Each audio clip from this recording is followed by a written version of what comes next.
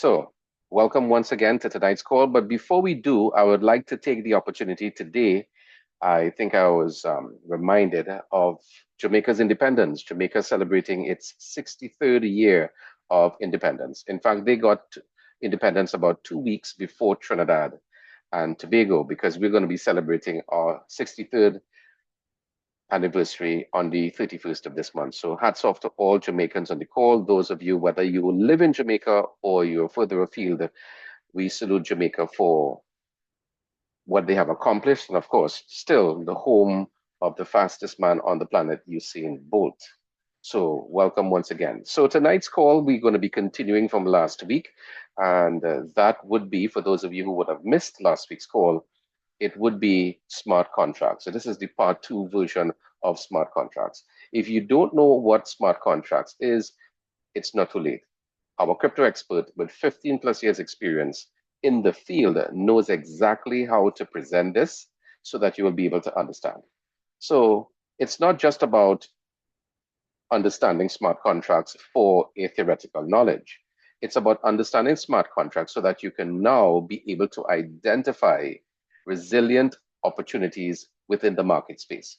There's a lot of opportunities now as the crypto market grows exponentially with Bitcoin and many of its altcoins. Now there is an opportunity for you now to be able to benefit. That's why we're having these calls. These calls that we've been doing over the last 2 months really it's a labor of love. You know, we do it because it's important that we give back to the community so that you guys can have information that you could take and put that information to work for you so that you can make some good money and in the process change the quality of your life.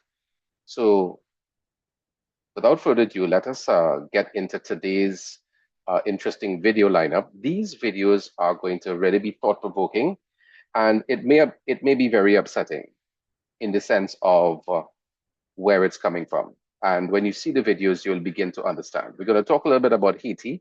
It's going to actually give you some information about, you know, why Haiti is the way it is. Haiti is not the way it is because of voodoo.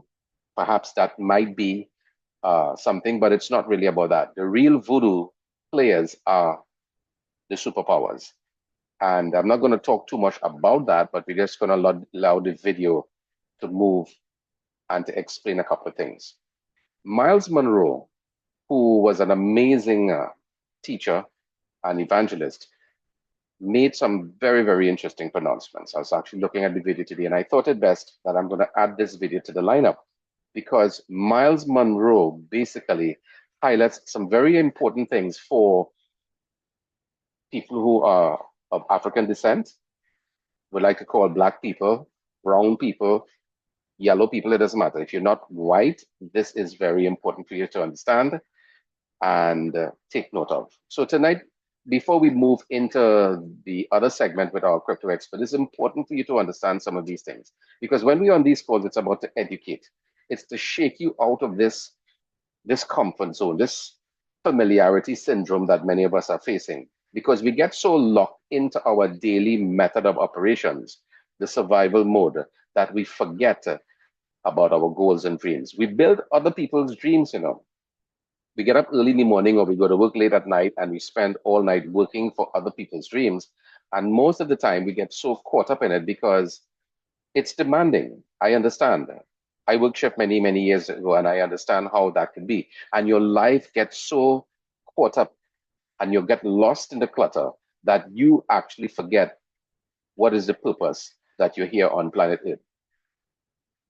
And these calls is designed to help you in whatever way. We're planting these seeds back into your mind so that we can undo the colonized effect of what has caused us to be where we are.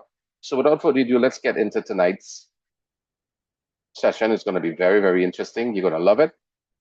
Take a look.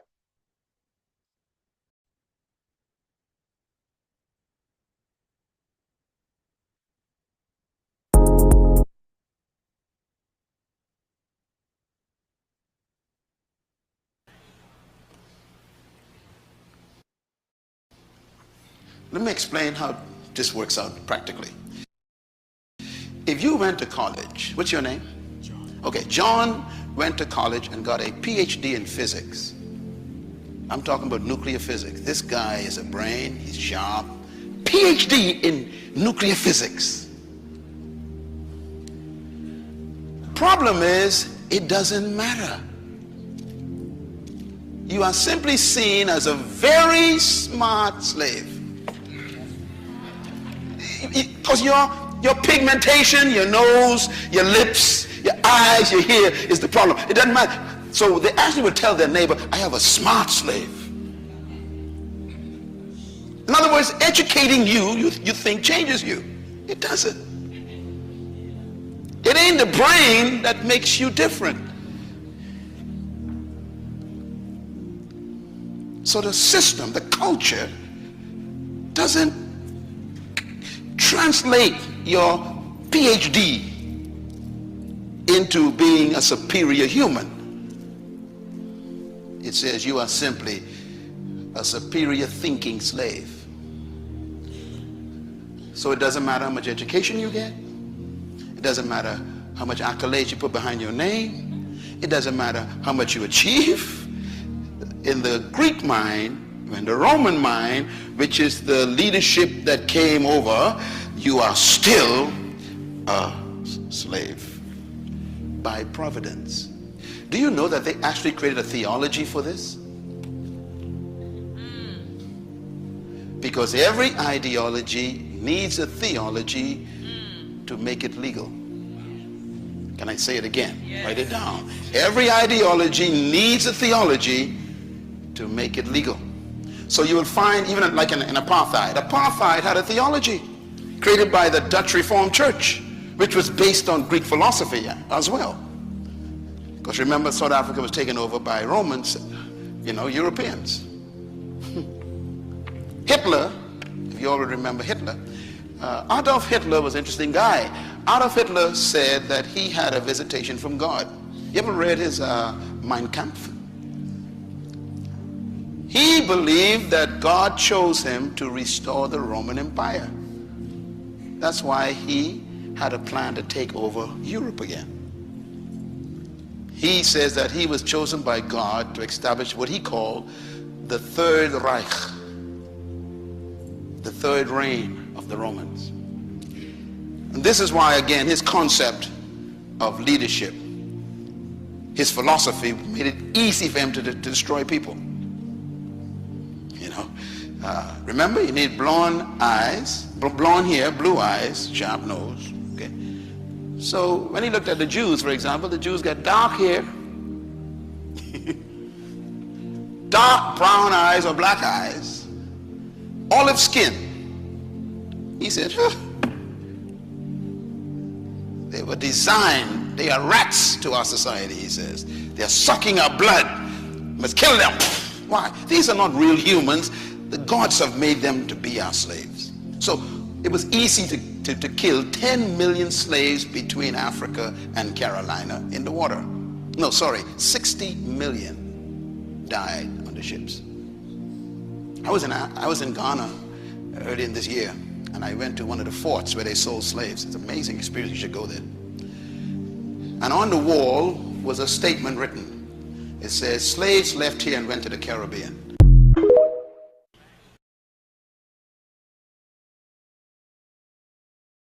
They call Haiti the poorest country in the Western Hemisphere. Meanwhile, it's sitting on enough gold to make Fort Knox look like a piggy bank. So who's really broke? Haiti or the truth? Truth 1. There's gold in them hills, literally. A 2012 report found over $20 billion in gold, copper, and iridium buried in Haiti's northeast. And yes, iridium, the rare space metal used in satellites. Haiti's basically sitting on Wakanda-level resources, but without the superhero protection. Still think this is a conspiracy? Hold my peak, Truth 2. Foreign companies already started cashing in. Canadian and U.S. mining giants quietly signed deals to explore, not with transparency, but with contracts shadier than a Port-au-Prince blackout. And the kicker? Most of the profits don't even touch Haitian hands. Oh, but it gets juicier. Let's talk sabotage disguised as stability. Truth 3. Crisis keeps the cash flowing, just not to Haiti. Here's the dirty secret: chaos is profitable.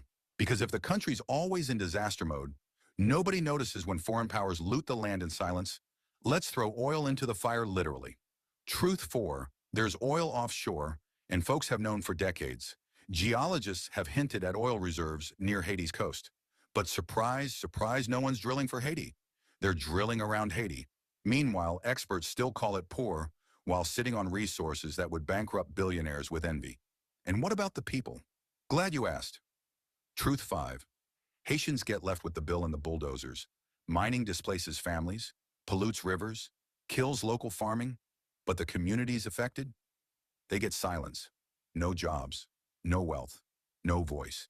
Because a country in chaos can't negotiate, it can only be exploited. They say Haiti is cursed. Nah, it's being robbed in broad daylight. And the world stays quiet because truth isn't profitable, but exploitation is. Follow if you're tired of the lies. Share if you believe Haiti deserves more than headlines that call it poor. And stick around where we So, some very interesting videos as it relates to what is going on in the world. If you don't know that Haiti has been heavily exploited since it decided to become independent, do you know that Haiti had to pay back the French government 150 million for loss of income as a result of their freedom from slavery? This is the reality that we live in. And in order for you to understand or to really appreciate your own identity, because many of us are from the Caribbean, we must also understand real history. And one of the things you must understand about history is that history is written by the conquerors. So the history that is being taught in schools is not the relevant history that you and me need to understand. We must understand the depth of what colonialism did to Black people and people of the Caribbean. We must understand that and never forget it. I'm not saying that you're going to hate every white person that you meet, but you must understand where we came from. I'm going to play with you a lot of video, another video that's by an author, Jacqueline Bachelora. Now, she wrote a book called The Birth of a White Nation. If you've never read that book, I suggest you read that book. It's where the invention of the white person began. Before the late 1600s, the word white did not exist. White people would have been characterized by their nationality, the Spaniards, the Mexicans, the Irish, and so on. But because of a number of things that I will explain to you as you continue in the next couple of weeks, because it's too much information to share in just one podcast. But I want you to take a look at this excerpt of this lecture that she did that will help you to understand how deep colonialism actually goes.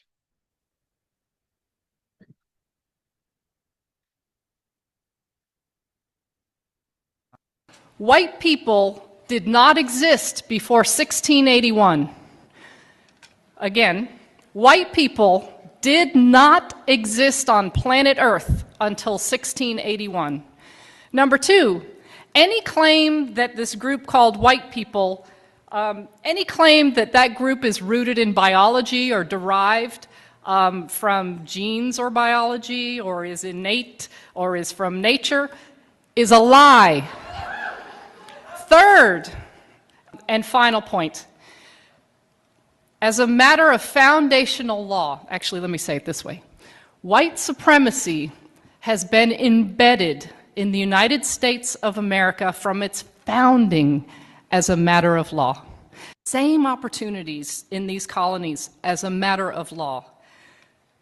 For example, free men of African descent could own servants or slaves, and they did.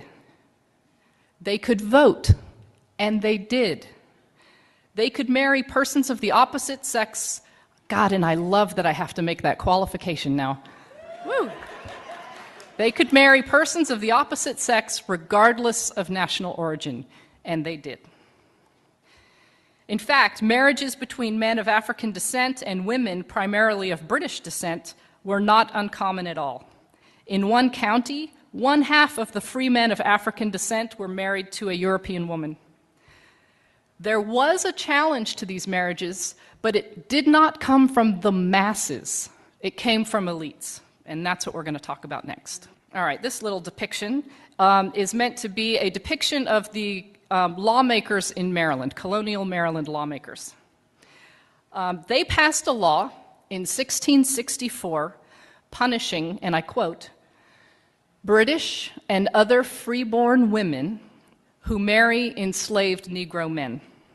The punishment for entering into these marriages was that the woman herself would be enslaved for her husband's life, and any children they have would be enslaved into their 20s.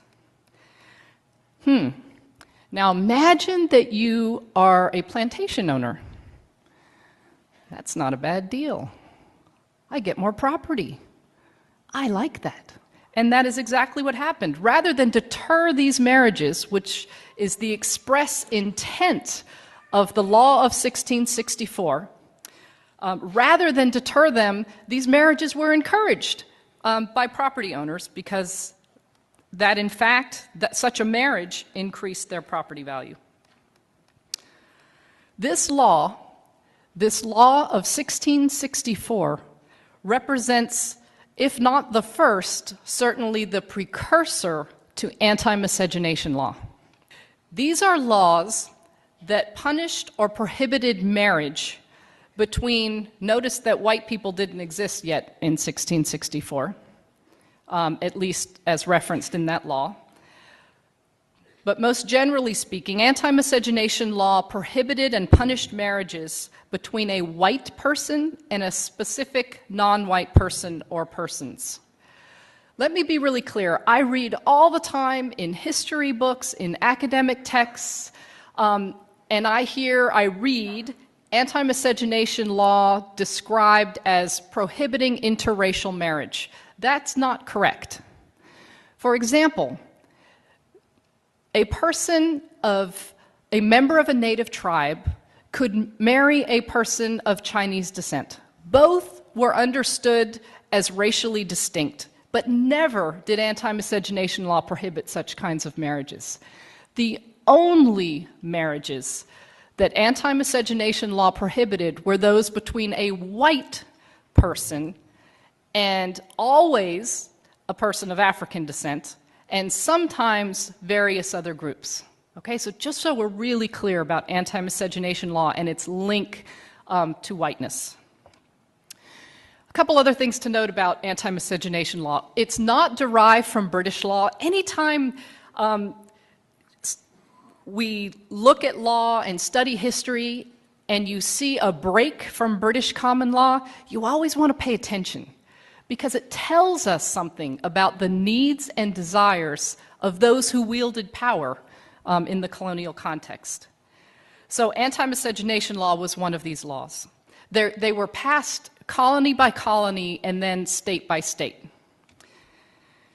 It's a really important area of law for a number of reasons. But for our purpose this morning is because it's where this human category called white first appears on planet Earth, the first time.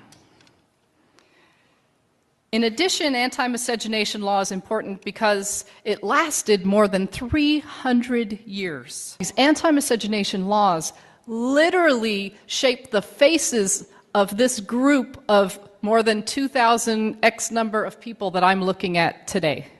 The Maryland legislature sought to correct for the encouragement of marriages that they described in that previous law of 1664 as, quote, a disgrace, unquote, to the British people, as an indication that the, quote, British or freeborn woman must be forgetful of her status as free, end quote.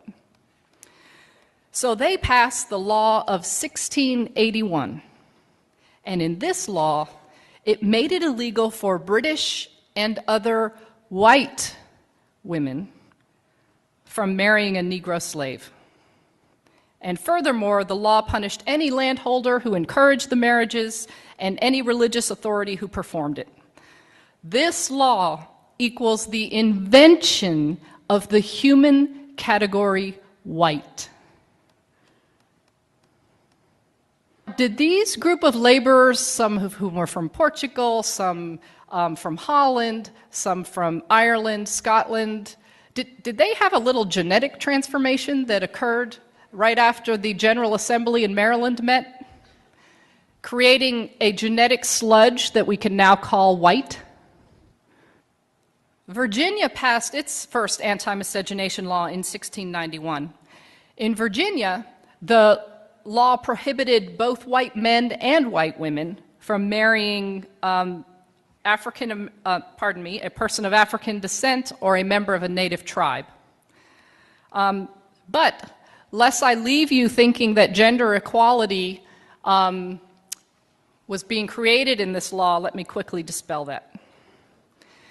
Studies of antebellum courts reveal that, in fact, anti-miscegenation law was that, at least in the language of the law, prohibited these marriages for white men and white women. But here's what we know from antebellum court cases. We know that plenty of white men married and or engaged in intimate sexual relations with prohibited women. However, very rarely were they brought to court and punished under the anti-miscegenation law. Very rarely. So here, pay attention to this.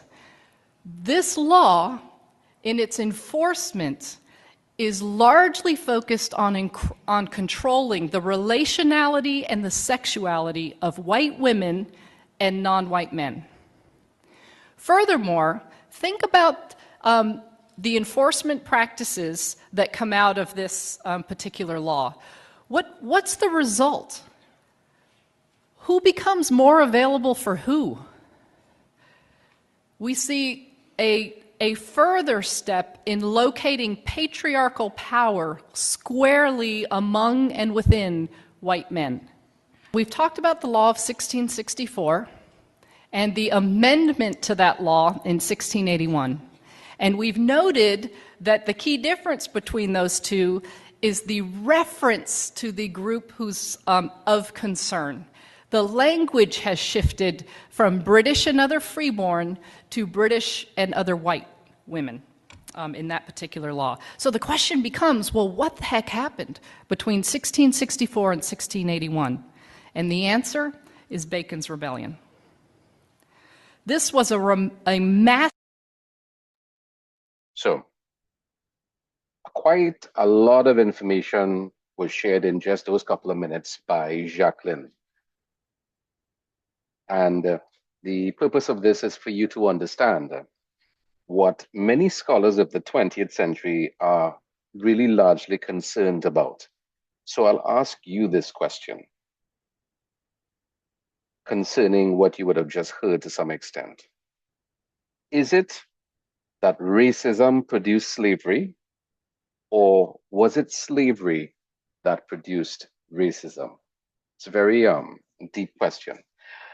And before we go on further, I want to read from her book, where she says, whether racism preceded slavery is another question for which historians dispute the answer. Winthrop Jordan, in the important historical text, White Over Black, argues, and listen to this carefully, my dear friends, that the English came into the colonies with racial animus towards Africans firmly entrenched. Jordan viewed English hostility towards Africans as the result of negative meanings associated with blackness. In English language and culture, the color black includes such negative meanings as evil, filth, and danger, among others. Such a negative conceptualization of blackness, Jordan argues, may have paved the way for hostility for the British towards persons of African descent. Food for thought. And the reason why I'm sharing these things with you, because it is important that you understand that in 1664, or before 1664, The word white didn't exist. The word white exists as a result of Bacon rebellion. And we will talk about that as we go on in the next couple of weeks. So I will share with you bits and pieces so you can understand what colonialism really was about. And we must never forget the past, the real historical past, so we can better appreciate some very important concepts that affect us today. When you go back and you read the demise of what the English lords would have done to literally destroy an entire civilization mentally, emotionally, physically, spiritually, and whatnot, you must understand what that means for you in your current dispensation and what it means for us as Caribbean people. Because many of us are all mixed together in different sorts, and so the genetics are different in terms of its configuration. So these are the things I want you to really appreciate and to understand moving forward as we continue to address some very important points moving forward as it relates to, what being white is all about. So we're going to be talking a little bit about smart contracts. And we started last week with regards to smart contracts. And we have our crypto expert, Mr. Terrell Donald, who went at length last week in relation to smart contracts. And we decided that we would have extended that conversation today. Now, Mr. Terrell Donald has well over 15 years experience, 15 plus years experience in the crypto space. He's a crypto educator. He has been around since the inception of Bitcoin. He has sat in boardrooms. He has spoken to the governor of the central bank. He has dealt with a lot of things in the SEC area. So this is not a man who is just proclaiming he is some crypto expert, because many people might be saying, but how did he arrive to become this crypto expert? Well, he paid the price, of course. He went where no one else would have gone as a Caribbean man. And I salute him because I have learned so much from this gentleman and continue to learn from him. And he always spews out nuggets of gold. So I want you to pay attention because to have a man of this caliber to be able to be on this podcast for free speaks volumes. Because what this gentleman is about giving back to the community because he understands that real education must be fostered by the people who understand what it really is. The world is changing drastically, my dear friends, and we must understand our place in it as it relates to the crypto, how we can benefit from it, and how it can change our lives. So, on that note, I want to pause for a cause and allow Mr. Donald the opportunity now to join the conversation. It's always a pleasure to have you on this call. I believe I need to make him co-host. Let me just, I do apologize, Terrell. Hold 1 second. So you can go right ahead and unmute yourself. All right, good night, everyone. Good night. You testing? You hear me loud and clear? I am hearing you loud and clear. So how things are All going right. with you today? It's good to have you on the call once again, sir. Just another day serving, doing what I do best, serving the team, giving the right information that people need because there are a lot of, as I said before, and what I teach is that I have a lot of false prophets out there that claim that they know how crypto works and how this ecosystem works. And the reality is that they are just like a beginner because they were introduced to the crypto space just like every last one of you through how much money you can make from it.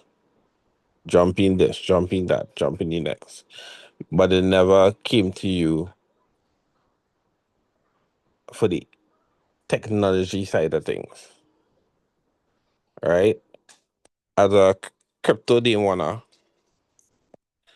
we see a lot of persons, something so simple of the rise and fall of of an asset or the rise of a price of Bitcoin, we see many people panic, sell the tokens early, buy at a premium price, thinking that they're FOMO, they're missing the run, and they buy at a premium price.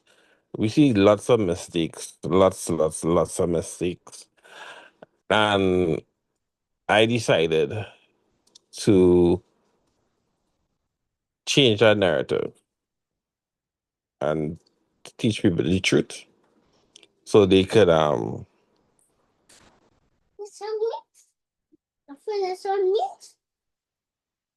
they could how I can say navigate through this space the right way, not the wrong way, and get the gains that they're supposed to get. Right? And that is most important. So on that note, I want to share my screen and go towards smart contracts, right? But before I go to the new, all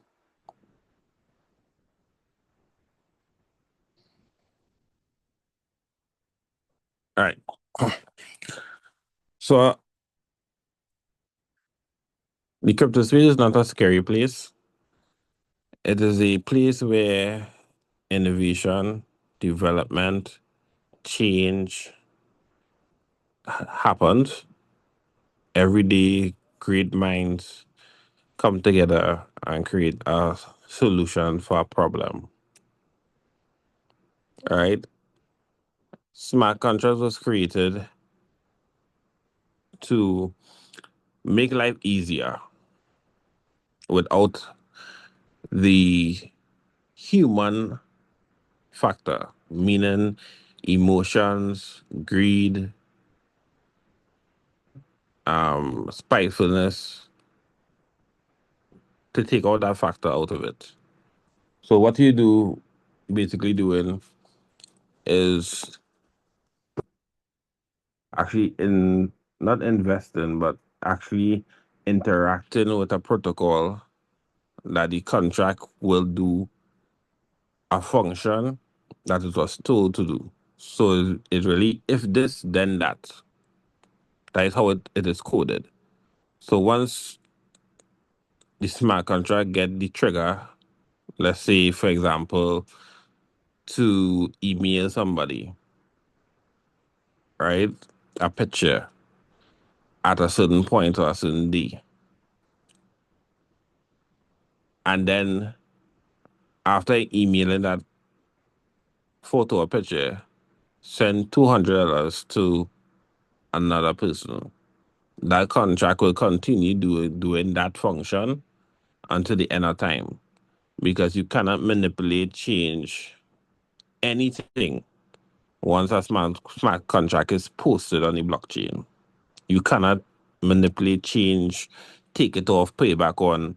Once it is launched on the blockchain, that's it. You have to go and create a whole new one if you want somebody to use the changes that happen. All right. So I just want to go over some little, for those who missed the first one, just a little summary on the different types of smart contracts. All right.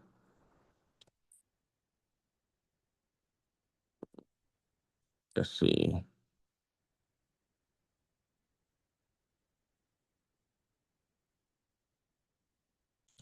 So it have the legal ones. It have the ones with like DAO, or that is the most popular ones, which also links to your MetaMask. So the ones that you have to link your MetaMask to, they call it a DAO or a DApp, a decentralized app. All right, that is where Web3 comes in. I know you all hear about Web3. So the internet that we're using now is Web2. We are going into Web3. So once again, we're gonna cut out the middleman and you just interacting with the app and getting your business done. That is where we're going towards in the very, very near future. Then I have supply chain.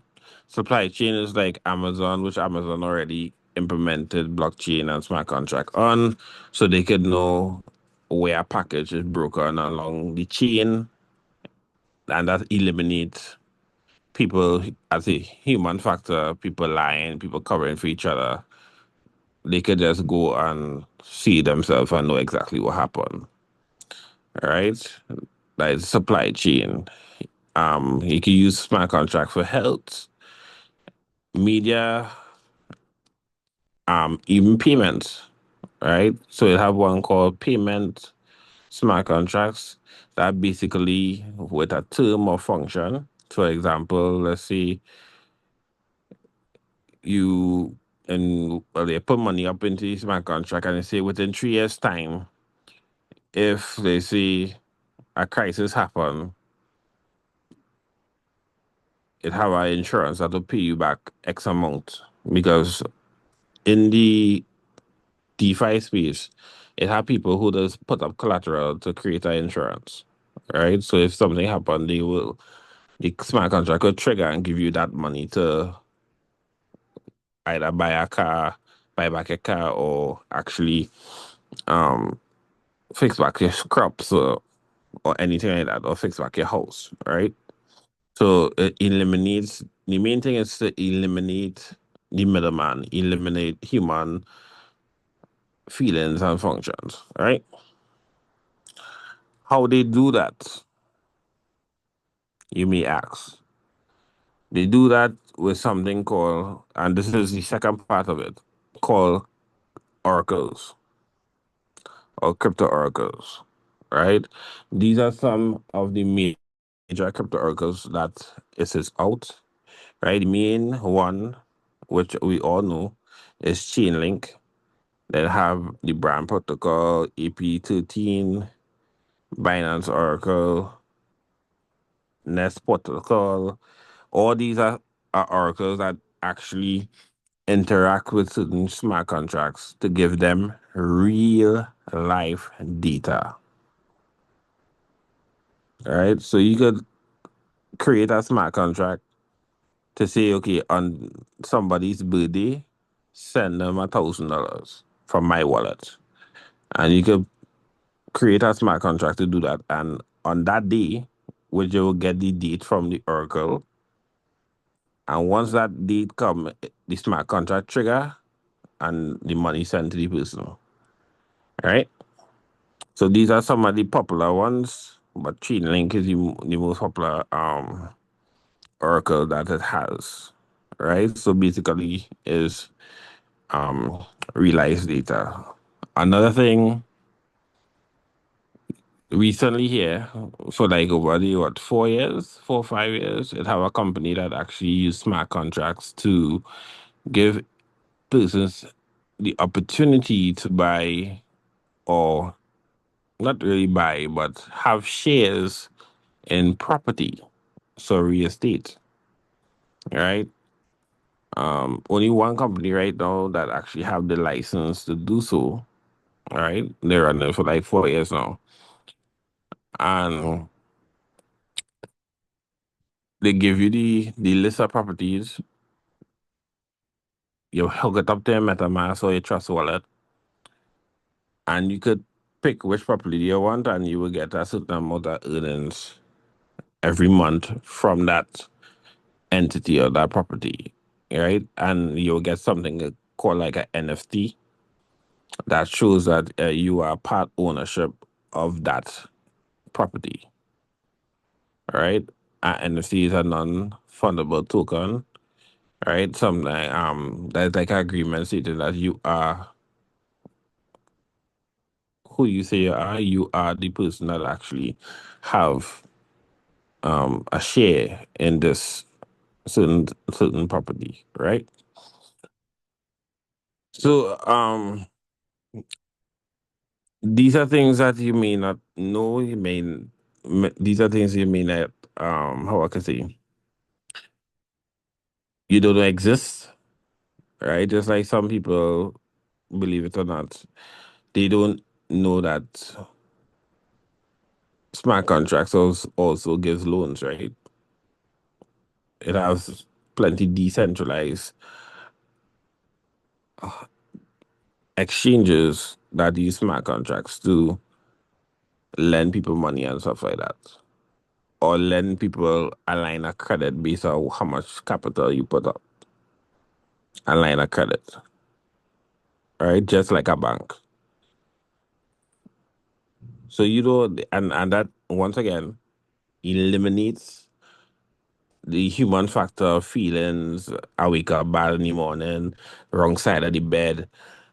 You understand? It have nothing like that. You just hook up your MetaMask to the decentralized exchange. You go to the borrowing and lending protocol, and you put up your capital, and they give you a line of credit based on the capital that you put up, and you pay the interest along the way. You pay the interest, just like a bank. And there are a lot of people who don't even know that have that function or that ever exist, right? The two major companies that actually do borrowing and lending is Compound and Avi, right? Decentralized, and they also run on smart contracts. And they are around for years, just like Pancake Swap, just like Uniswap, just like 1inch. They are around for years, and there are a lot of people don't even know that that existed, right? Um, when it comes to DAOs, most of the DAOs or decentralized apps come works on the Binance network. It's mostly recently here that Solana, some people or some developers created dApps for Solana as well. So people, no, so people will be able to interact, lend, borrow, invest in different investment protocols. Like for example, some of them will give you 2x, 5x according to the term. It have plenty dApps like that, right? So it's a very vast and wide ecosystem. And as I always teach persons, before you even do anything with cryptocurrency, if you're new on the school, I highly advise that you learn it. You learn how the wheels turn. Because if you don't understand what you are part of, it makes no sense you do it. Because you'll still be lost. Like many. 90% of the persons in cryptocurrency or doing cryptocurrency is totally lost. And the reason why I said that is if you sit down now and you tell them a very serious question about crypto, they can't answer it. If you tell them how to go and trace your transactions on the blockchain, they can't do it. If your transactions stick on the blockchain, how can you read it to know exactly if the exchange released it or not? You can't do it. Most persons only know how to send crypto, receive crypto, you put it in a platform, you get it back out, and that's it. But that's just the tip of the iceberg. There are plenty more things in between that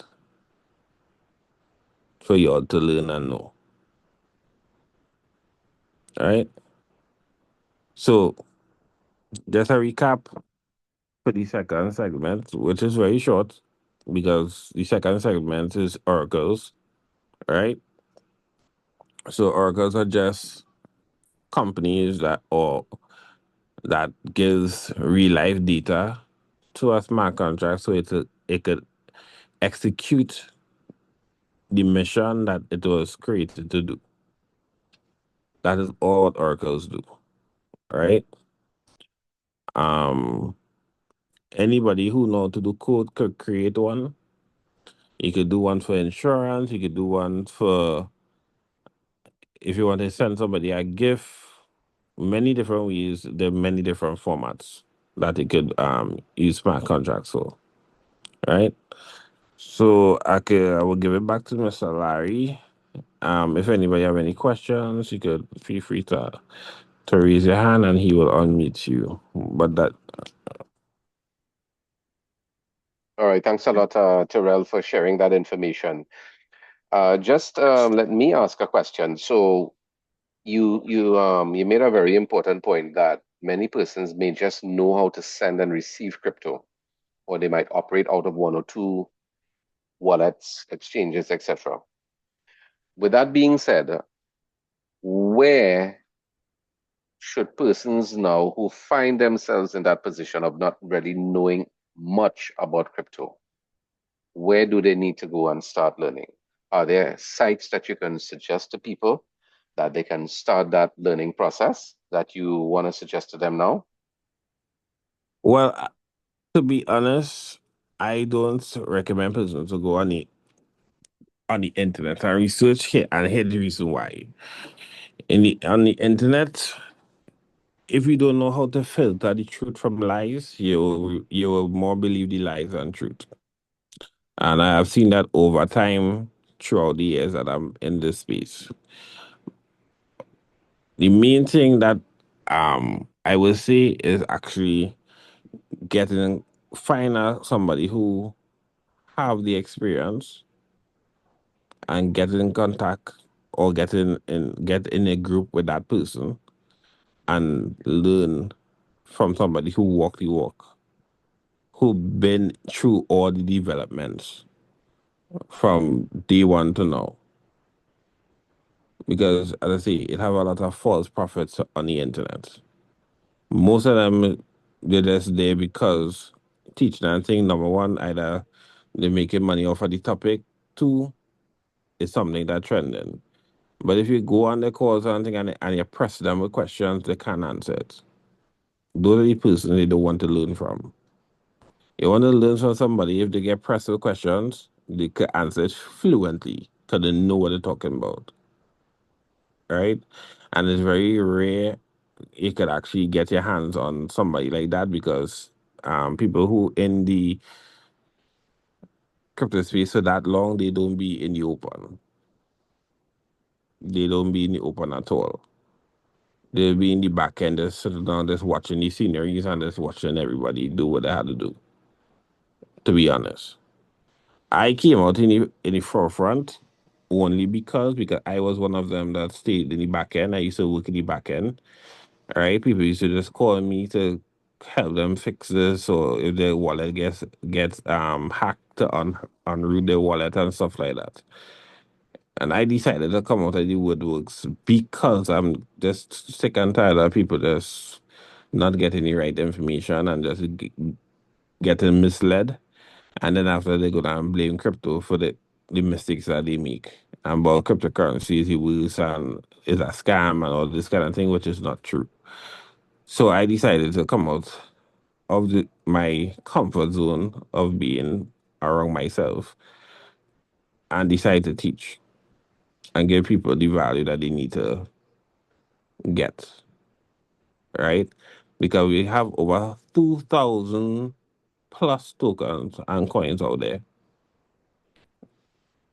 And some of them are just air. Some of them is just air. I teach that if a coin or token don't have a proper use case or a proper utility, stay far away from it. Meme coins, stay far away from it. Meme coins is just air and pump. A lot of people are not meme coin because they're going online and hearing that somebody say they pay $1 and make $30,000 in 24 hours. Right? Not knowing that the $30,000 that they make is from people who came in last. The people that came in last and end up with a worthless token That is where the 30,000 come from. The person that came in last. It have no serious back end. It have no nothing at all. No real life utility. Nothing like that. Back in it. And I know a lot of people will say, well, Bitcoin have nothing back in it. Yes, it does. Because there are some countries right now actually using Bitcoin mining to give them electricity, right? So that is one utility.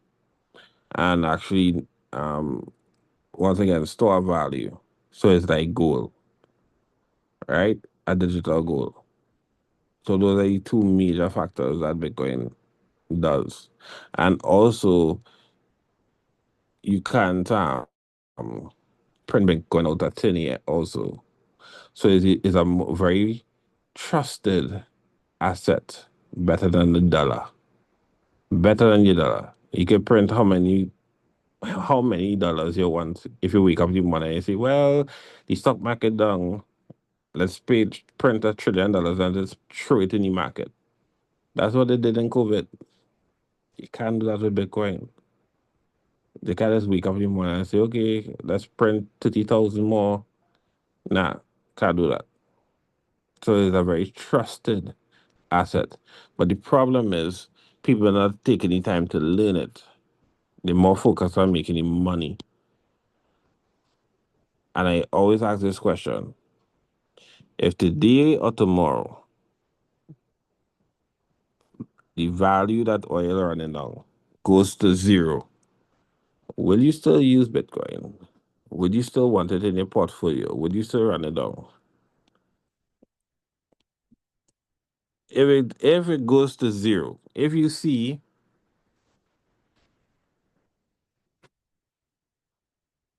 this $115,000 go to 0.000, would you still use it? And that, dear Watson, separates a real Kryptonian from a fake one. Because I would keep on using it. You know why? Because Bitcoin was created to barter. It was a bartering coin. It only have a US value because of Binance. Because back in the day, when CZ bought up everyone's um, miners, right? When people was not mining in a profit, they was mining at a deficit. The CEO of Binance bought all the miners in China and mined Bitcoin at a deficit and turned a billionaire when it reached the first $1,000. And then he pegged Bitcoin to the US dollar because he wanted to trade it on the Binance exchange. That's history. And then the next thing, many people using crypto, but they don't know the history, why certain things happen, which is very, very, very, very important. So I always ask when people tell me they believe in Bitcoin, I ask them that question. If this number here on the right hand side here goes to 0.00000, would you still want it?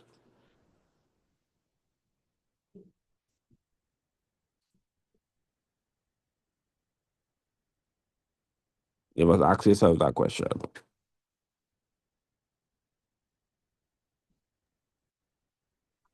I think that's a very deep question for a lot of persons who listening in on the call today, you know. So it begs the reason, guys, in terms of what Mr. Terrell would be saying, is to start the education process, start learning. Now, I just want to suggest basically, well, before we go further, at least two good websites that you got to at least start your education process because it covers quite a lot of information.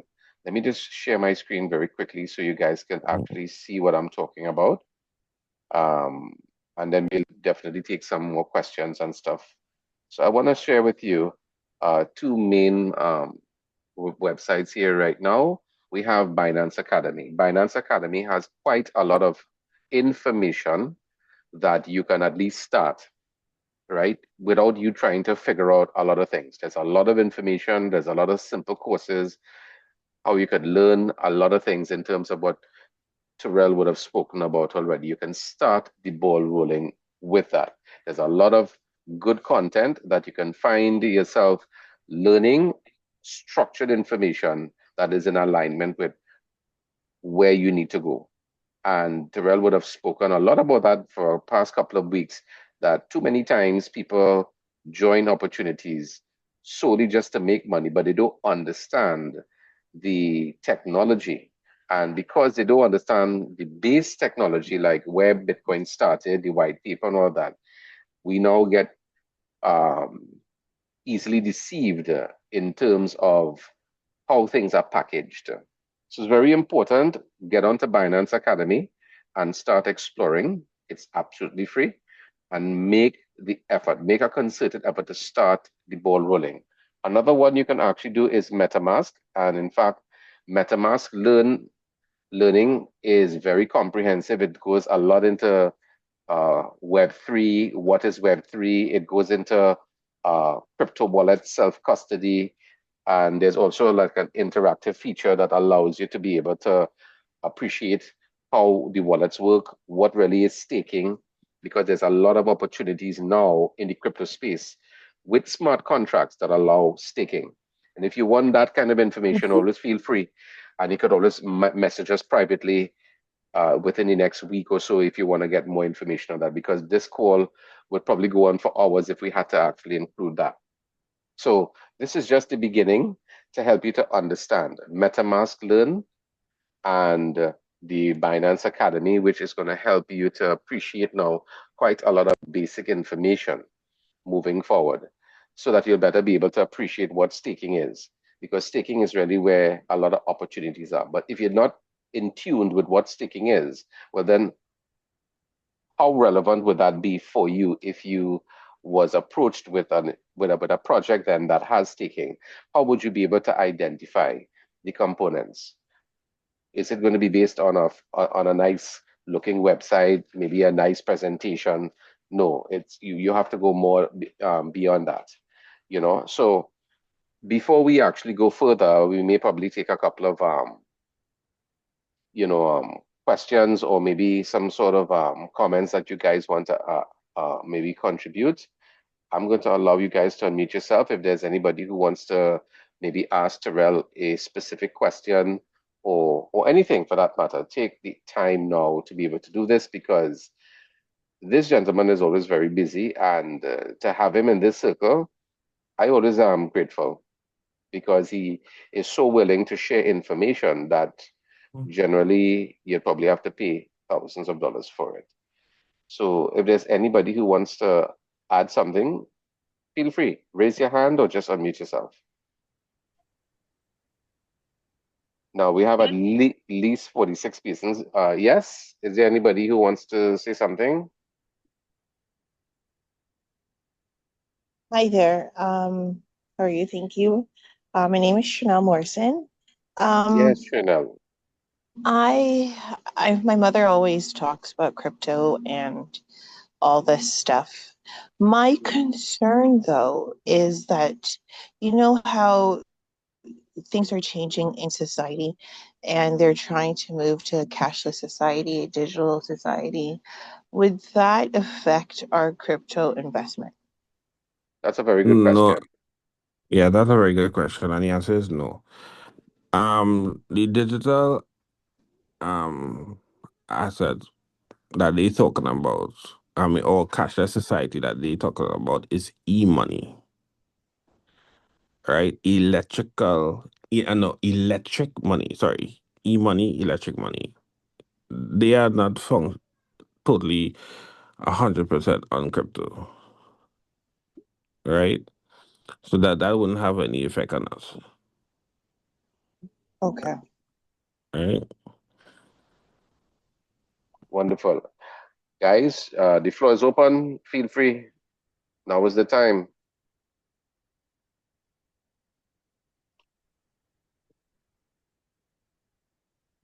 I can't believe you guys are so Well, quiet. let's do it this way.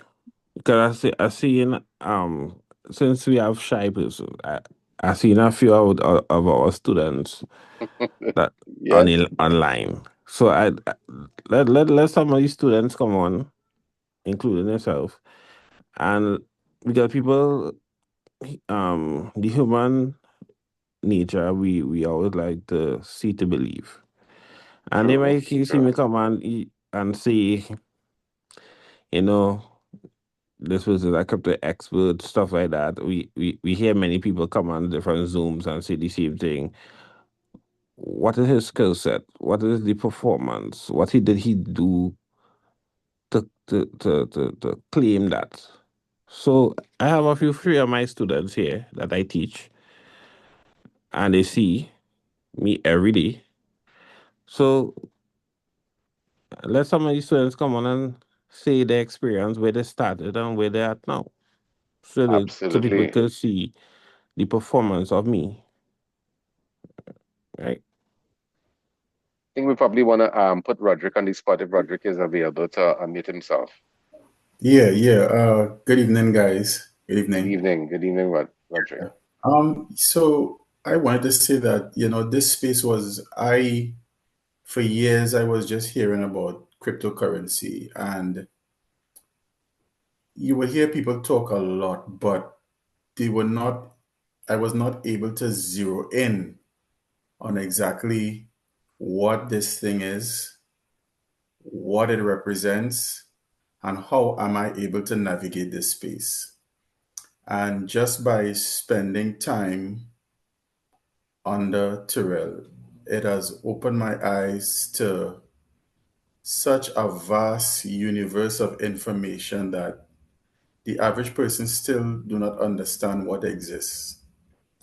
And it's opportunities for us to build wealth, it's opportunities for us to become independent, it's opportunities for us, if you navigate this space correctly, within probably, I would say, 2 to 5 years, you'll become so financially free, so independent, so knowledgeable that you'll be able to exist outside of space.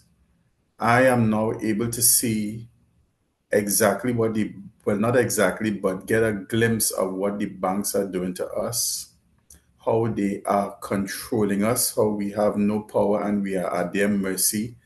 And I'm seeing the urgency in getting these things right.